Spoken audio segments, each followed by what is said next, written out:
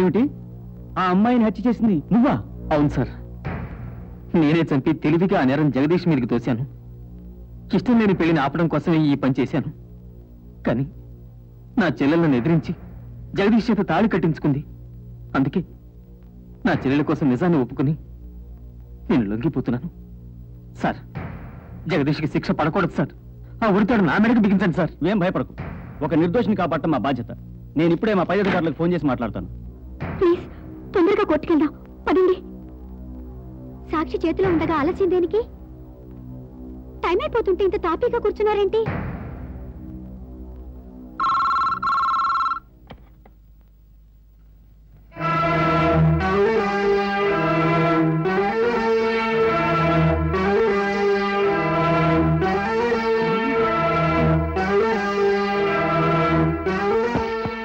Constables, శాంతిపురంలో ఏవో కొట్లాటలు జరుగుతున్నాయట.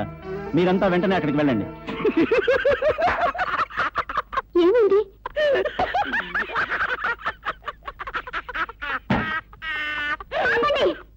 ఏమైందంటే నవ్వుతారేంటి? చెల్లి కోసమై చెరలో పడినే పాపం అన్నయ్య, అయ్యయ్యో పాపం అన్నయ్య. నీ తాళి తెక్కూడదని చెయ్యన్నారా నెత్తి మీద వేసుకుని జైలుకి వెళ్ళాడు పాపం మీ అన్నయ్య. ఒక దెబ్బకి 2 పిట్టలు పాత సామెత. That's all. ఇప్పుడు ఒక దెబ్బకి 3 పిట్టలు కొత్త సంప్రదాయం. 1, రాంబాబు అమాయకంగా పోలీసులకు లొంగుట. 2, అన్నయ్య దుర్మార్గుడని నమ్మి చెల్లి మన చేతికి చిక్కుట. 3, నా తమ్ముడు ఉరితాడుకు వేలాడుట. చేసేది లేక ఆస్తంతా నేనొక్కడే అనుభవించుట. మీరింత దుర్మార్గులు అనుకోలేదురా. అది నీ పొరపాటే. ఇదేమిడు బాబాయ్, ఈ చిన్న విషయానికే ఇంత రియాక్షన్ ఇస్తే నీ కొడుకు చేసినవన్నీ చెప్తే ఇంకెంత ఓవర్ యాక్షన్ చేస్తుందో ఏంటి? అర్థం కాలేదా? కన్ఫ్యూజన్ లేకుండా కథ చెప్తా వినండి. సవత్తమ్మడికి ఆస్తి పంచడం ఇష్టం లేక అతన్ని కేసులో ఇరికించాలని నా మేనకోడలు సుకుమార్ని హత్య చేసింది ఈయనే.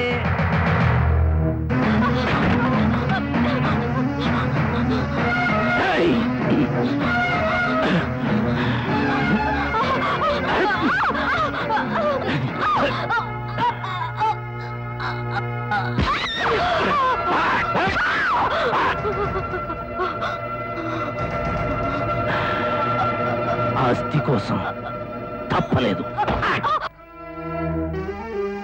హరిశ్చంద్రుడు లాంటి బాబాయ్ చేత అబద్ధం ఆడించి అన్నా చెల్లెళ్ల మధ్య అగ్గి పెట్టింది ఈయనే. థ్యాంక్స్ బాబాయ్. ప్రాణం మీద తీపితో ఆ రాంబాబు గారి కొంపకి నిప్పెట్టి నాకు చాలా గొప్ప సాయం చేశావు. మళ్ళీ మనసు మార్చుకొని వాడికి నిజమెక్కడ చెప్పేస్తావోనని నాకు చాలా భయంగా ఉంది బాబాయ్. ఈ నిజం నీ గొంతు దాటకుండా ఉండాలంటే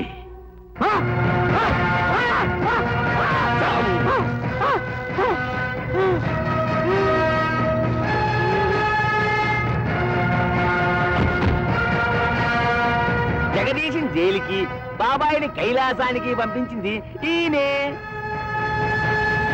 స్మైల్ ప్లీజ్. చంటాలుడా, నువ్వు ఆ రాంబాబు కొంపకి నిప్పు పెడుతుంటే తప్పని తెలిసి కూడా నిన్ను మందలించకుండా ఊరుకున్నాను. ఇప్పుడు నా కొంపకే నిప్పు పెట్టిన నిన్ను బతకనివ్వనురా. నిన్ను నన్ను కన్నందుకు నీకు 2 సార్లు కొట్టడానికి ఛాన్స్ ఇచ్చాను. నేను నీ కడుపున పుట్టినందుకు నాకు ఒక ఛాన్స్ ఇయ్యి.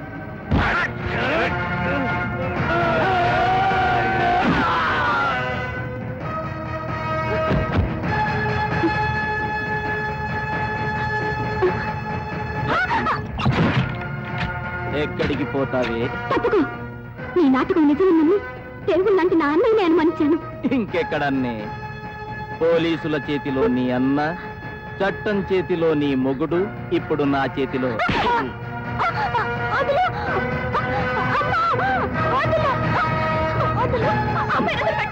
నీకే చెప్పేది, మర్యాదగా అమ్మాయిని వదిలిపెట్టు.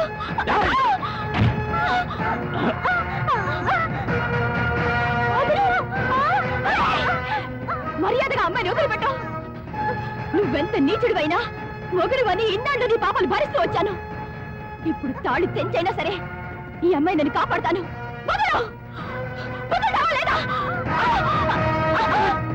అణిగి మణిగి ఉండాల్సిన ఆడది తిరగబడితే ఏమవుతో తెలుసా?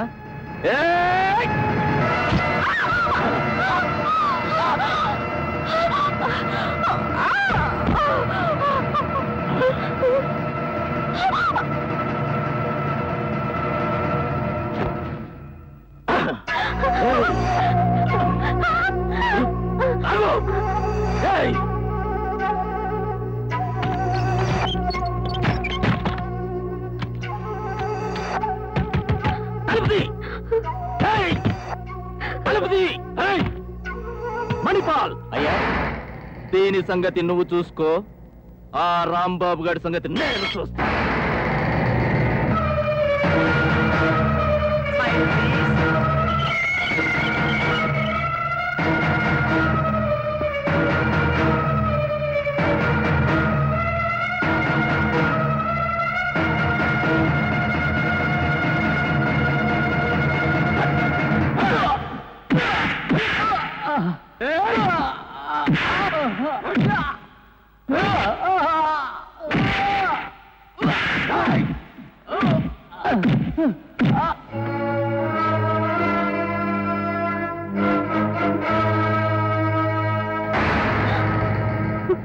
భయపడకమ్మా, నువ్వనుకున్నట్టు నేను దుర్మార్గుని కాను.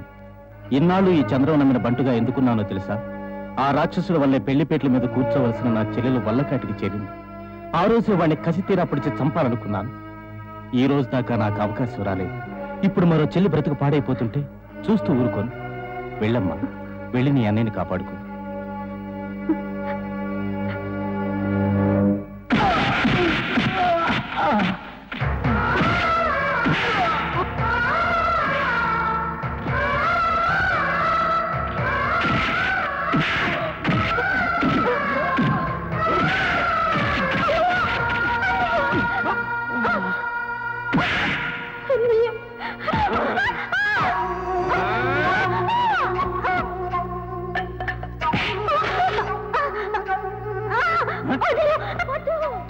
తమ్ముడి పెళ్ళాం చీర నేనిప్పుతానా?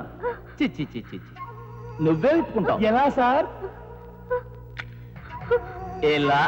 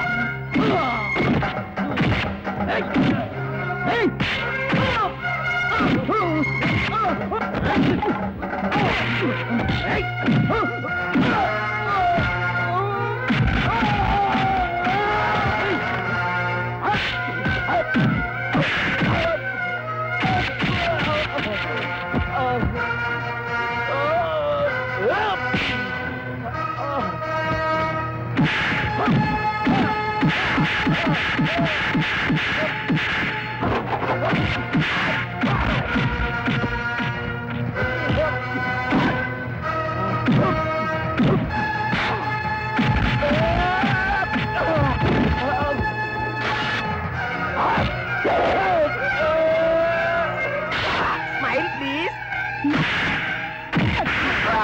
ఏటమ్మా ఒక్క చిల్లేగా తీసింది, అది కూడా బాగుంది అమ్మా.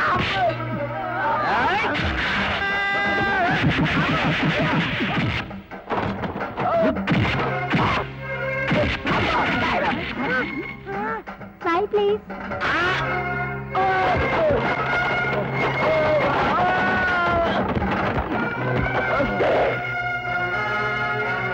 అన్నయ్య, నన్ను క్షమించు అన్నయ్య.